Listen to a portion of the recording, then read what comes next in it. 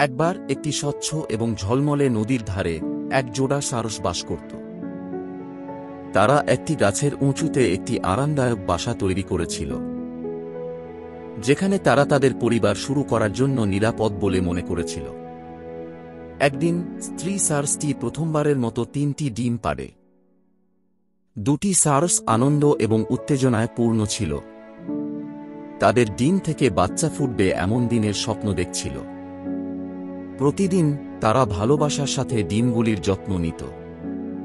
তাদের ছোট বাচ্চাদের সাথে দেখা করার জন্য আগ্রহী ছিল।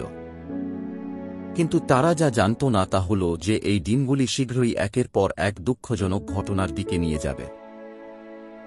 এক রৌদ্রোজ্জ্বল সকালে সারসগুলি নদীর কাছের একটি অংশে খাবার খুঁজতে তাদের বাসা ছেড়ে চলে গেল। নদী মাছে পূর্ণ ছিল, তাই তারা দ্রুত তাদের পেট ভরে তাদের নিডে ফিরে গেল, কারণ আবার তারা তাদের ডিম দেখার জন্য আগ্রহী হয়। কিন্তু যখন তারা ফিরে এলো, তখন তাদের হৃদয় ডুবে গেল। তাদের ডিমগুলো ওখানে ছিল না।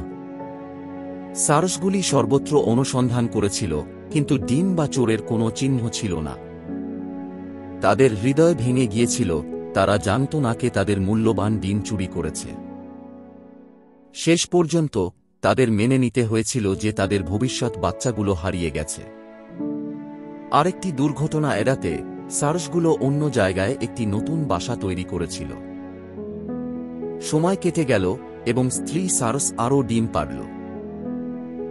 এবার পুরুষ সারস খাবার খুঁজতে বেরিয়ে গেল, আর স্ত্রী সারস ডিম পাহারা দেওয়ার জন্য পিছনে রইল।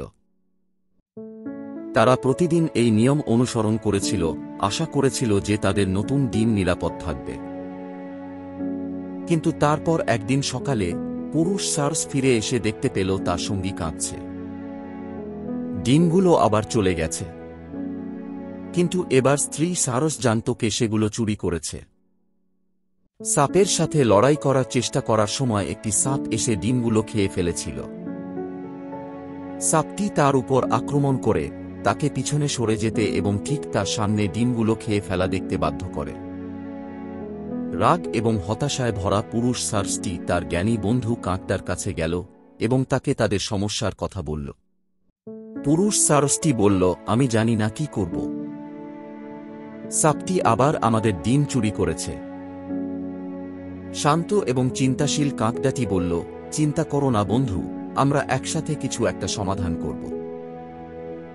কিছুক্ষণ চিন্তা করার পর কাকডাটি একটি পরিকল্পনা নিয়ে এলো। সে পুরুষ সারসকে ফিসফিসিয়ে পরিকল্পনা বলল। পুরুষ সারস আবার আশাবাদী হয়ে উঠল। সারসটি তার সঙ্গীর কাছে পরিকল্পনাটি ভাগ করে নেওয়ার জন্য ছুটে গেল, অবশেষে তাদের ডিম রক্ষা করার জন্য আগ্রহী। তুমি কি নিশ্চিত যে এটি কাজ করবে?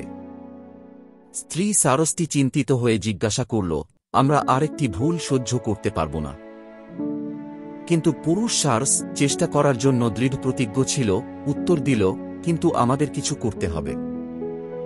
স্ত্রী সারসটি যখন আবার ডিম পাড়ল, তখন তারা পরিকল্পনায় অটল রইল।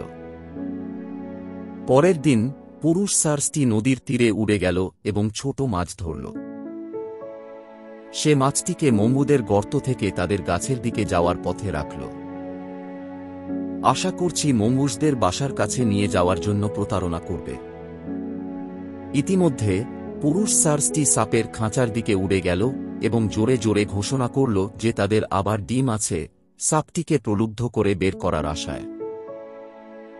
যদিও সারস ডিমের নিরাপত্তার জন্য ভয় পেয়েছিল, সে জানত যে তারা যদি কিছু না করে তাহলে সাপটি আবারও ডিমগুলো খেয়ে নেবে। মাছটির গন্ধ পেয়ে মঙ্গুসটি পথ অনুসরণ করে সেই গাছে পৌঁছাল যেখানে সারসের বাসা ছিল। যখন সে পৌঁছে, সে দেখতে পেল যে সাপটি সারসের বাসার দিকে এগিয়ে আসছে এবং সাপটিকে হুমকি মনে করে প্রথমে আক্রমণ করেছে। দুটি প্রাণী প্রচণ্ড লড়াই করছিল, একে অপরকে পরাজিত করার চেষ্টা করছিল। যুদ্ধ দীর্ঘক্ষণ ধরে চলছিল, অবশেষে মঙ্গুস সাপটিকে মেরে ফেলেছিল। তাদের বাসা থেকে সারসগুলি তাকিয়ে স্বস্তির নিঃশ্বাস ফেলল। সাপ, তাদের যন্ত্রণাদাতা, চলে গেল, কিন্তু তাদের স্বস্তি বেশিক্ষণ স্থায়ী হয়নি। পরের দিন যখন সারসগুলি মাছ ধরা থেকে ফিরে আসে, তখন তারা মঙ্গুসকে তাদের গাছ থেকে নামতে দেখে হতবাক হয়ে যায়। তাদের বাসার দিকে ছুটে গিয়ে তারা আবিষ্কার করে যে এবার মঙ্গুস তাদের ডিম খেয়ে ফেলেছে। এই নতুন শিকারী সাপের চেয়েও খারাপ ছিল। বন্ধুরা, এই সার্সের গল্পটি ছিল আমাদের জীবনে যে চ্যালেঞ্জগুলির মুখোমুখি হতে হয় তার মতো। কখনো কখনো আমরা পরিণতি সম্পর্কে চিন্তা না করেই সিদ্ধান্ত নিই এবং পরিস্থিতি আরও খারাপ হতে পারে। উদাহরণস্বরূপ, লোকেরা প্রায়শই সমস্যা সমাধানের জন্য ঋণের মতো দ্রুত সমাধানের দিকে ঝুঁকে পড়ে, তবে আরও বড় সমস্যার সম্মুখীন হয়। তাই সহজ বলে মনে হয় এমন সমাধানগুলি সম্পর্কে সতর্ক থাকুন। কঠিন সময়েও শান্ত থাকার এবং স্পষ্টভাবে চিন্তা করার চেষ্টা করুন। আপনার কর্মের পরিণতি বিবেচনা করুন, যাতে আপনি আপনার সমস্যাগুলি সঠিকভাবে সমাধান করতে পারেন। এবং মনে রাখবেন, আরও অনুপ্রেরণামূলক গল্প ভাগ করে নেওয়ার জন্য আমাদের অনুপ্রাণিত রাখতে একটি লাইক এবং একটি ইতিবাচক মন্তব্য করতে ভুলবেন না। সাবস্ক্রাইব করুন যাতে আপনি আমাদের আরও এরকম সুন্দর সুন্দর ভিডিও মিস না করেন।